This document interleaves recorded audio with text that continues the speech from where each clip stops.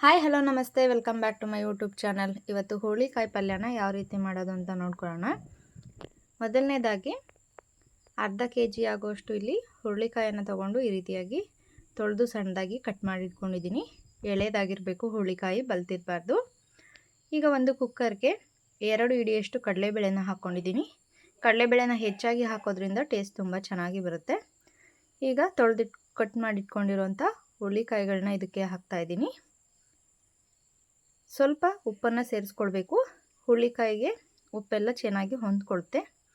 ಈಗ 1 ಲೋಟದಷ್ಟು ನೀರನ್ನು ಸೇರಿಸ್ಕೊಳ್ತಾ ಇದ್ದೀವಿ. ಕುಕ್ಕರ್ನ ಲಿಡ್ಡನ್ನು ಕ್ಲೋಸ್ ಮಾಡಿ 3 ವಿಷಲ್ ಕೂಗಿಸ್ಕೊಳ್ಬೇಕು. ಈಗ 3 ವಿಷಲ್ ಕೂಗಿ ಕುಕ್ಕರ್ ಕೂಲಾಗಿದೆ. ಓಪನ್ ಮಾಡಿ ನೋಡೋಣ. ನೋಡಿ, ಈ ರೀತಿ ಕರೆಕ್ಟಾಗಿ ಬೆಂದಿರಬೇಕು. ಈ ನೀರನ್ನೆಲ್ಲ ಬಸ್ಕೊಳ್ಬೇಕು.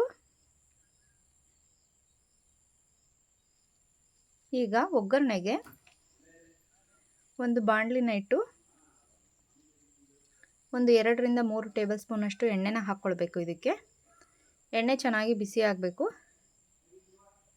ಈಗ ಇದಕ್ಕೆ ಒಂದು ಅರ್ಧ ಟೇಬಲ್ ಸ್ಪೂನಷ್ಟು ಸಾಸಿವೆ, ಅರ್ಧ ಟೇಬಲ್ ಸ್ಪೂನಷ್ಟು ಜೀರಿಗೆ, ಹಚ್ಚಿಟ್ಕೊಂಡಿರುವಂತಹ ಹಸಿರು ಮೆಣಸಿನಕಾಯಿ, ಹಾಗೆ ಒಂದು ಈರುಳ್ಳಿ ಸಣ್ಣದಾಗಿ ಕಟ್ ಮಾಡಿ ಇಟ್ಕೊಂಡಿರುವಂಥದ್ದು, ಸ್ವಲ್ಪ ಕರಿಬೇವಿನ ಸೊಪ್ಪನ್ನು ಸೇರಿಸ್ಕೊಳ್ಬೇಕು. ಈರುಳ್ಳಿ ಎಲ್ಲ ಚೆನ್ನಾಗಿ ಫ್ರೈ ಆದ ನಂತರ ಇದಕ್ಕೆ ತೆಂಗಿನಕಾಯಿ ತುರಿ ಹಾಗೆ ಇನ್ನೊಂದು ಸ್ವಲ್ಪ ರುಚಿಗೆ ತಕ್ಕಷ್ಟು ಉಪ್ಪನ್ನು ನೋಡಿ ಹಾಕ್ಕೊಳ್ಬೇಕು. ಈಗ ಇದಕ್ಕೆ ಬೇಯಿಸಿಟ್ಕೊಂಡಿರುವಂಥ ಹುರುಳಿಕಾಯಿ ಮತ್ತು ಕಡಲೆಬೇಳೆನ ಹಾಕಿ ಚೆನ್ನಾಗಿ ಒಂದು ಮಿಕ್ಸ್ ಕೊಡಬೇಕು.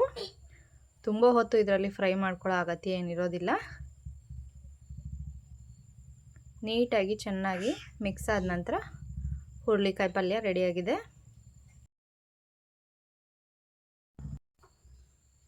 ಮದುವೆ ಮನೆ ಶೈಲಿಯ ಒಂದು ಹುರುಳಿಕಾಯಿ ಪಲ್ಯ ರೆಡಿಯಾಗಿದೆ. Thanks for watching.